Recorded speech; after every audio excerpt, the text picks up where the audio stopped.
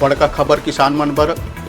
किसान न्याय योजना के पैसा होली के पहली यानी 21 मार्च के खाता में डाले जाही। जम्मो किसान मन के खाता में लगभग 1104 करोड़ रुपए के राशि डाले जाही। होली के पहली सीएम भूपेश बघेल के बड़का ऐलान। किसान न्याय योजना के चौथा किस्त के राशि 21 मार्च के डाले जाही। तो होली के पहली किसान मन बर बढ़िया खबर। प्रदेश के लगभग 18,43,000 किसान मन ला राजीव गांधी किसान न्याय योजना के चौथा किस्त के रूप में लगभग 1,104 करोड़ 47 रुपये के राशि 21 मार्च के उकर खाता में डाले जाएगी।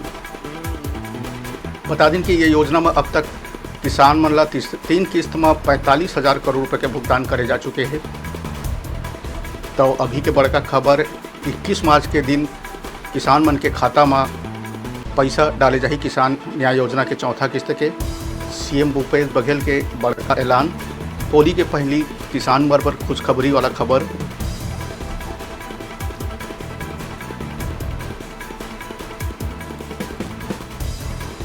तो बता दें भूपेश बघेल के बड़का बयान। 21 मार्च के पहली लगभग 18,43,000 किसान मन ला राजीव गांधी किसान न्याय योजना के चौथा किस्त के रूप में 1,104 करोड़ रुपया 47 लाख के राशि के भुगतान करे जाही।